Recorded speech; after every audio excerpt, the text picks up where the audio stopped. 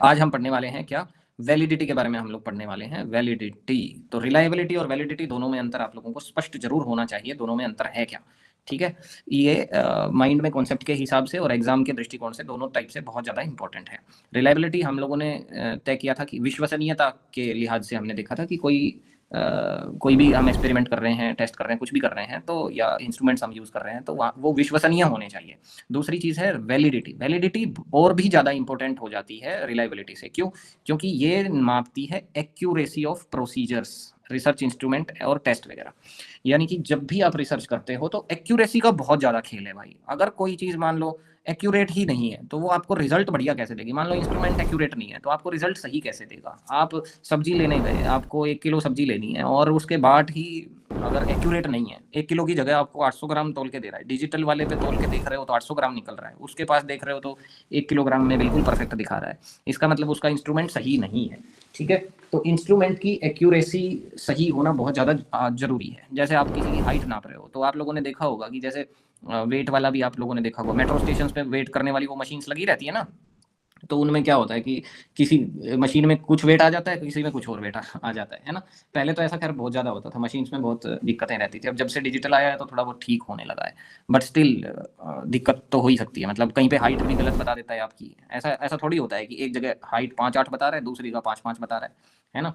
लेकिन होता है ना इंस्ट्रूमेंट्स में, कोई इंस्ट्रूमेंट कुछ बता देता है, कोई कुछ बता देता है, तो इस टाइप के एरर हो जाते हैं। तो एक्यूरेसी बहुत ज़्यादा मैटर करती है रिसर्च में। रिसर्च में कोई भी चीज़ हम कॉम्प्रोमाइज़ नहीं कर सकते हैं। तो वैलिडिटी रिप्रेजेंट्स दी एक्यूरेसी, ठीक है। प्रोसीजर की एक्यूरेसी भी भाई, प्रोसीजर भी तो गलत नहीं होना चाहिए ना। जैसे मान लीजिए अब आप एक डॉक्टर हैं और आप कोई ऑपरेशन कर रहे हैं, तो डॉक्टर ऑपरेशन के टाइम पे प्रोसीजर में कुछ गलती कर सकता है क्या, है? अगर वहाँ पे उसने एक्यूरेसी नहीं दिखाई तो बहुत दिक्कत हो सकती है ना। जैसे वो क्या बोलते हैं, बॉम्ब बॉम्ब स्क्वाड होती है जो बॉम्ब को ख़त्म करती है, न्यूट्रलाइज करती है, तो वो लोग टीम जाती है, वो लोग क्या करते हैं फिर, तार काटते नहीं है, नीली काटनी है कि काली काटनी है कि ब्लू वाली काटनी है। पुरानी मूवीज़ में आप लोगों ने बहुत ज़्यादा देखा होगा, पसीने छूट जाते हैं 3 मिनट तक मूवी में उसी पे पूरा फोकस चलता रहता है। 10 सेकंड बच गई, 5 सेकंड बच गई, और लास्ट में वो लाल वाली काट देता है। जनरली हमेशा लाल वाली ही काटता है और जैसे ही काटता है बम नहीं फटा, वेरी गुड, बच गए। 2-3 सेकंड पहले ही ऐसा काम करेगा। तो खैर, तो बस वही सेम चीज़ रिसर्च में भी होती है। रिसर्च में बहुत ज़्यादा जरूरी है कि आपको कौन सी वायर काटनी है पता होना चाहिए। गलत वायर कटी और एक्सपेरिमेंट गलत हुआ और रिजल्ट गलत आए, और रिजल्ट गलत तो रिसर्च गलत हो गई, ठीक है। तो प्रोसीजर सही होना, इंस्ट्रूमेंट सही होना, और आपके टेस्ट जो भी आप लगा रहे हैं वो सही होने चाहिए। अब टेस्ट भी तो भाई जरूरी है ना, कौन सी चीज़ के लिए कौन सा टेस्ट कराना है वो जरूरी है ना।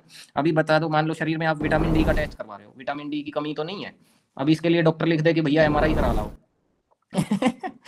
निमट गए। कोई कह दे कि भैया जो है एक्सरे करवा लो, एक्सरे में विटामिन डी दिखेगी क्या भाई, है? बताओ, सीटी स्कैन में विटामिन डी दिखेगी, एमआरआई में दिखेगी? नहीं दिखेगी ना। ब्लड टेस्ट कराओ भाई, ब्लड टेस्ट में आपका पता चलेगा, ठीक है, विटामिन डी है, बी 12 है, कमी है नहीं है, ठीक है। तो टेस्ट का, सही टेस्ट का लगाना बहुत ज़्यादा जरूरी है, और उसकी एक्यूरेसी भी बहुत ज़्यादा जरूरी है। वो टेस्ट आपको सही रिजल्ट दे रहा हो। कई बार ऐसा भी होता है, कुछ लैब में टेस्ट कराया कुछ और रिजल्ट आ गया, दूसरी लैब में कराया कुछ और रिजल्ट आ गया, है ना। इसी चक्कर में तो पतंजलि का घी फंसा हुआ है। ठीक है, तबस्सुम की मैगी भी इसी में फंसी हुई है। ओके, आगे चलते हैं हम लोग इंटरनल वैलिडिटी पे। तो इंटरनल वैलिडिटी में देख लेते हैं। अच्छा, वैलिडिटी के टाइप्स हैं। तो कल मैंने आप लोगों को वैसे भी बताया था कि वैलिडिटी के टाइप्स बहुत ज़्यादा इंपॉर्टेंट हैं, यहाँ से क्वेश्चन आता है एग्जाम में, ठीक है। कल अलग से ही आप लोगों को बताया था। तो सबसे पहले होती है भाई साहब इंटरनल वैलिडिटी। इंटरनल शब्द से ही पता चल रहा है कि भीतर की बात कर रहा है। अब ये होती क्या है, देखो लैब में हम लोग काम करते हैं तो दो चीज़ें होती हैं, ठीक है। दो चीज़ें कौन कौन सी होती हैं? एक, जिसको हम मैनिपुलेट कर रहे हैं, मैनिपुलेट मतलब जिसको बदलाव ला रहे हैं, जिसको चेंज कर रहे हैं, और दूसरी होती है जिस पे उसका असर हम देख रहे हैं, ठीक है। तो कोजुअल केजुअल रिलेशनशिप होती है, कोजल रिलेशनशिप होती है दोनों में। कोजल मतलब एक कारण होता है, एक कार्य होता है ना। हाँ, तो कारण और कार्य दोनों का संबंध हम लोग देखते हैं।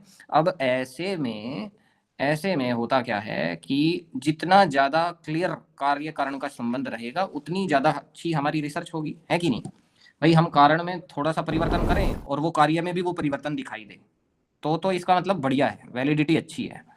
लेकिन अगर हम कारण में परिवर्तन कर रहे हैं बहुत सारा और कार्य में कुछ अच्छा आ ही नहीं रहा है कि नहीं, तो इसका मतलब एक्यूरेसी नहीं है। बात समझ में आई? जैसे गाड़ी में आप बैठे हो, रेस पे पंजा आप दबा रहे हो, लेकिन रेस उतनी तरीके से नहीं बढ़ रही है जितना पंजा दबा रहे हो, इसका मतलब इंजन में गड़बड़ी है।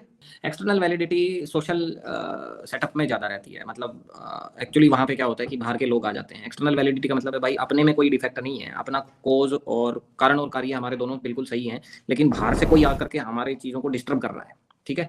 तो कोई डिस्टर्ब ना करे, ये बहुत ज़्यादा ज़रूरी होता है, इंश्योर करना होता है। जैसे मान लीजिए कि आप एक डॉक्टर हैं और आप एक महिला से बात कर रहे हैं, तो महिलाएं संकोच करेंगी ना भाई, आसपास में अगर मान लो उनको गायनी कोई इशू है और आसपास में कोई आदमी खड़ा है, बैठा है, या लैब अटेंडेंट ही साथ में, अगर मान लो डॉक्टर के साथ कोई दूसरा व्यक्ति भी खड़ा है, तो वो संकोच करके वो बात बोलेंगी नहीं जो उन्हें बोलनी है कि नहीं। हाँ, तो आप सब महिलाएं हैं तो आपको तो बताइए। तो नहीं बोलेंगी तो ऐसे में क्या हो जाएगा कि सच्चाई नहीं आएगी, नहीं आएगी तो रिसर्च गड़बड़ हो जाएगी। तो एक्सटर्नल वैलिडिटी में इंश्योर करना होता है कि बाहर का कोई भी एजेंट या कोई भी ऐसी चीज़ ना आए जो हमारी जो रिसर्च है उसके रिजल्ट्स को इम्पैक्ट करे, ठीक है। तो नॉन पार्टिसिपेंट ऑब्जर्वर की बात यहाँ पे बताई गई है। एक्चुअली सोशल सेटअप में जब सोशल रिसर्च करते हैं, समाज में जाकर के हम लोग रिसर्च करते हैं, तो दो तरीके से हो सकती है। एक होता है पार्टिसिपेंट ऑब्जर्वेशन, दूसरा होता है नॉन पार्टिसिपेंट ऑब्जर्वेशन, ठीक है। पार्टिसिपेंट कौन सा होता है कि आप अपने ही मतलब उन लोगों के जैसा बन के, उनके जैसा बन के उनके बीच में चले गए, तो उनके हो गए अब आप। तो अब आपको रिसर्च करने में कोई संकोच नहीं रहेगा, और वो लोग भी आपसे शर्माएंगे नहीं। क्यों? क्योंकि उनको भी एक एफिलिएशन लगेगा कि ठीक है, आप भी उनके ही स्तर के व्यक्ति हैं, ठीक है। जैसे गरीबों में जाके रिसर्च करना है तो गरीब बन के जाओ ना, तब तो आपको उनकी सच्चाई पता लगेगी। अमीर बन के जाओगे तो वो आपके सामने वो बात दिखाएंगे ही नहीं कि हम ऐसे हैं, ठीक है। सेम मैं एग्जांपल देता हूँ, वो कौन सी मूवी थी, English medium, English medium Hindi medium, ठीक है, दोनों ही इरफान खान की मूवी। तो उसमें क्या था, वो सेम था ना, बच्चे का एडमिशन हो नहीं रहा था, तो बच्चे के एडमिशन के लिए वो अमीर थे, पैसा बहुत था, तो फिर उन्हें गरीब बनना पड़ा, गरीबों के बीच जाके रहे, तो गरीबों में घुल मिल गए तो पता नहीं चला, है ना। लेकिन अगर वहीं, तो वो कैसी ऑब्जर्वेशन हो गई, पार्टिसिपेंट हो गई, पार्टिसिपेंट बन गए आप, उन्हीं कम्युनिटी में जाके उनके जैसे बन गए। ट्राइबल्स पे रिसर्च करना है तो आपको भी ट्राइबल जैसा बनना पड़ेगा, उनका रिश्तेदार बनना पड़ेगा, कुछ ऐसा बनना पड़ेगा जो उनको अनकंफर्टेबल ना लगे, तो आपके सामने अच्छी रिसर्च आएगी, ठीक है। अब इसके अपोजिट दूसरी चीज़ ये हो सकती है नॉन पार्टिसिपेंट ऑब्जर्वर। तो नॉन पार्टिसिपेंट में दुनिया को पता रहता है कि आप ऑब्जर्व कर रहे हो, आप उनकी चीज़ों को नोट कर रहे हो, तो कई बार जब वो पराया व्यक्ति समझते हैं तो आपको सही एक्यूरेट इन्फॉर्मेशन नहीं देते हैं, ठीक है। तो ऐसे को बोलते हैं नॉन पार्टिसिपेंट ऑब्जर्वर। तो आपको ध्यान रखना है कि कौन सी चीज़ होनी चाहिए। तो कई बार क्या होता है कि नॉन पार्टिसिपेंट ऑब्जर्वर की वजह से सोशल सर्वे में जो है रिस्पॉन्स अफेक्ट हो जाता है, ठीक है, जैसा मैंने आपको थोड़ी देर पहले डॉक्टर के केस में बताया। अब इंटरनल वैलिडिटी को बोलते हैं क्रेडिबिलिटी, ठीक है, और एक्सटर्नल वैलिडिटी को बोल दिया जाता है जनरलाइजेबिलिटी, ठीक है। जनरलाइजेशन का मतलब ये भी है कि इसी चीज को हम बाकी और जगह भी अप्लाई कर सकते हैं। तो रिसर्च मैंने आपको पहले भी बोला था, पहली क्लास में भी बोला था, दैट इज जनरली एप्लीकेबल, ये वाली बात हाईलाइट कराई थी, बताया था आपको कि रिसर्च आपकी हर जगह अप्लाई हो जाए, ऐसी रिसर्च होनी चाहिए, ये ना हो कि एक ही जगह अप्लाई हो रही है। तो एक्सटर्नल वैलिडिटी अगर अच्छी है तो आप उसे कहीं भी अप्लाई कर सकते हैं, इंटरनल वैलिडिटी अच्छी है तो आपकी रिसर्च बहुत ही ज्यादा क्रेडिबल है, ठीक है। ओके, अब आ जाते हैं हम लोग फेस वैलिडिटी पे। जो बात मैंने शुरू में आपको एग्जांपल दी थी वैलिडिटी समझाते वक्त, मैंने कहा कि एक किलो का बाट है लेकिन वो 800 ग्राम अगर नाप रहा है, एक्चुअल में 800 ग्राम का है लेकिन उस पर लिखा 1 किलो है, तो ये किसकी प्रॉब्लम है? फेस वैलिडिटी की प्रॉब्लम है। फेस वैलिडिटी सही नहीं है उसकी। फेस मतलब जैसा चेहरा दिखाई दे रहा है वैसा ही हो तो फेस वैलिडिटी सही है, और चेहरा बहुत सुंदर हो और अंदर बहुत गंदगी हो तो फिर फेस वैलिडिटी खराब है, ठीक है। यानी कि फेस कुछ कह रहा है, भीतर कुछ है, तो वैलिडिटी सही नहीं रही ना फिर। तो समझ गए होंगे, ठीक है। अगली चीज पे आ जाते हैं हम लोग, कंटेंट वैलिड। कई लोग जो है दिखते बहुत ऐसे हैं खूंखार से और अंदर से बहुत सॉफ्ट रहते हैं, तो ये वाली चीज भी होती है कई बार। अच्छा, कंटेंट वैलिडिटी पे हम लोग चल पड़ते हैं। कंटेंट वैलिडिटी का मतलब ये है कि आपके जो भी कंस्ट्रक्ट है, जो भी कॉन्सेप्ट है, सारी की सारी चीजें सही है। यानी कि आपके, मान लो आपने क्वेश्चन एयर बनाया, अगर उसमें 20 क्वेश्चन है तो 20 क्वेश्चन अगर आपके सही हैं, वैलिड हैं, तो उसको बोलेंगे कंटेंट वैलिडिटी, ठीक है जी। ज्यादा चॉकलेट हानिकारक होती है। अब आ जाते हैं हम लोग क्राइटेरियन वैलिडिटी पे। तो क्राइटेरियन वैलिडिटी क्या होती है? ये प्रिडिक्ट करती है आउटकम फॉर दूसरे में। एक मेजर जो है, कई बार एक इंस्ट्रूमेंट डिफाइन करता है ना अगले के लिए कि ये सही है तो अगला सही होगा या नहीं होगा, है ना। लेवल्स होते हैं, रिसर्च में भी लेवल्स होते हैं, और जनरल लाइफ में भी हम लोग बहुत सारे काम करते हैं तो उसमें लेवल्स होते हैं कि पहला स्टेप ठीक है तो दूसरा ठीक होगा, दूसरा ठीक है तो तीसरा ठीक होगा। जैसे आसन में भी हम लोग कई बार बोल देते हैं ना कि चलो भाई पश्चिमासन आसन करो, ठीक है, तो करने बोल दिया, ठीक है, टीचर आया उसने बोला कि चलो भाई करके दिखाओ। तो अब एक बात बताओ कि जो ऑब्जर्वर है वो लास्ट पोजीशन देखेगा या सारे स्टेप्स देखेगा?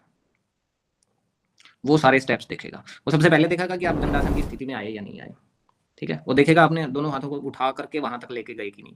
ऐसे थोड़ी है, कई लोग ऐसे भी तो हो सकता है बैठे बैठे सीधे हाथ ले गए अपना, बन गया है, लग गया पश्चिमातानासन। तो फाइनल पोजीशन मैटर नहीं करती है, डिपेंड करता है कि स्टेप बाय स्टेप आप ठीक तरीके से चले कि नहीं, है ना। तो ऐसे ही क्राइटेरियन वैलिडिटी में भी 3 टाइप होते हैं, बता देता हूँ। पहला है प्रिडिक्टिव वैलिडिटी। प्रिडिक्टिव मतलब, तो प्रिडिक्टिव मैं बता रहा था आपको, प्रिडिक्टिव का मतलब है कि प्रिडिक्शन कर देना, फ्यूचर बता देना, ठीक है। तो एक टेस्ट दूसरे टेस्ट के बारे में अगर एक्यूरेट प्रिडिक्शन करता है, if the test accurately predicts what it is supposed to predict, मतलब अभी मान लो क्या प्रिडिक्ट करते हैं, जैसे मान लो कोई इंस्ट्रूमेंट है अपने पास, अब वो बताने वाला है कि भाई बारिश होगी या नहीं होगी। अगर वो सही बता देता है तो इसका मतलब इंस्ट्रूमेंट सही है, और अगर वो कह दे बारिश नहीं होगी और फिर बारिश हो जाए तो प्रिडिक्शन गलत हो गई ना, ठीक है। तो प्रिडिक्शन सही बता दे, अगर फ्यूचर की बात सही बता दे तो उसको बोलते हैं प्रिडिक्टिव वैलिडिटी, ठीक है। कंकरेंट वैलिडिटी, कंकरेंट वैलिडिटी में क्या होता है कि कंकरेंट का मतलब होता है पैरेलल, पैरेलल का मतलब होता है दो चीजें एक साथ। अब देखो, दो इंस्ट्रूमेंट हो, मान लो मेरे पास में ये पेंसिल है, एक दूसरी पेंसिल भी है, अगर दोनों सेम काम करती हैं, दोनों की एक्यूरेसी सेम है, दोनों का काम सही है, लेकिन एक सस्ती है एक महंगी है, तो मुझे कौन सी लेनी चाहिए? सस्ते वाली लेनी चाहिए, ठीक है।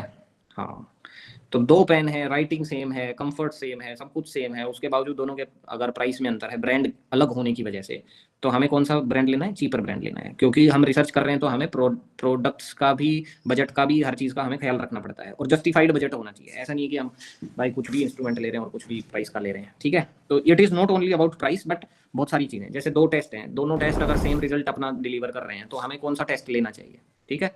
तो वो वाली चीज़ है। कई बार हम जैसे जैसे कुछ लोगों को थायराइड देखना है ना, तो थायराइड के लिए कुछ लोग जो है टेस्ट करवा लेते हैं कई सारे, और जो टेस्ट करवाना चाहिए वो कराया नहीं, है जी। पोस्ट डिक्टिव वैलिडिटी होती है, कोई काम हो जाए और उसके बाद उसके बारे में हम लोग बताएं कि अरे अरे ऐसे ऐसे हुआ होगा, ठीक है, उसको बोलते हैं पोस्ट डिक्टिव वैलिडिटी। अगर किसी काम के होने के बाद आप ये बता पा रहे हो कि ये काम ऐसे ऐसे हुआ है और एक्यूरेटली बता रहे हो, तो उसको बोलते हैं पोस्ट डिक्टिव वैलिडिटी, ठीक है। जैसे मान लो एयरप्लेन क्रैश हो गया था अभी अहमदाबाद वाला, अगर वो उसके क्रैश होने के बाद आप अगर सही रीजन बता पा रहे हो उसके इंस्ट्रूमेंट चेक करके या सारी चीजें करके कि भाई साहब ये इस वजह से हुआ था, तो उसको बोलते हैं पोस्ट डिक्टिव वैलिडिटी, ठीक है। बताओगे तो पोस्ट डिक्टिव वैलिडिटी बढ़िया है, नहीं बताओगे तो पोस्ट डिक्टिव वैलिडिटी खराब है, ठीक है। अगला है कंस्ट्रक्ट वैलिडिटी। कंस्ट्रक्ट का मतलब ये है कि इसके अंदर आप जो भी चीजें आपने बनाई हैं, अगर आपका कंस्ट्रक्शन ही गलत होगा, कंस्ट्रक्ट वैलिडिटी तब बिल्कुल ऐसे समझो कि आप एक घर बना रहे हो और घर बनाते वक्त मिस्त्री ने एक ईंट सीधी लगाई है, एक टेढ़ी लगाई है, तो कंस्ट्रक्ट वैलिडिटी ही खराब हो गई है, ठीक है। जैसे आपने मान लीजिए रिसर्च के पॉइंट ऑफ व्यू से बोलो तो रिसर्च में आपने क्वेश्चन बनाया और क्वेश्चन में यदि आपने आइटम ही गलत डाल दिए तो इसका मतलब कंस्ट्रक्ट वैलिडिटी सही नहीं है। अगर आइटम है, मान लो आपने क्वेश्चन बनाए 20 और उनको ऑर्डर ही गलत है, लास्ट वाला क्वेश्चन पहले है, फिर कोई बीच में आ गया, कोई कहीं आ गया, ठीक है। तो एक माइंड के लेवल से मतलब वो ऑर्डर ही अगर गलत हो रहा है तो उसको फिर क्या बोलेंगे अपन? कंस्ट्रक्ट वैलिडिटी बोलेंगे, ठीक है। कंस्ट्रक्ट वैलिडिटी कॉम्प्रोमाइज हो रही है।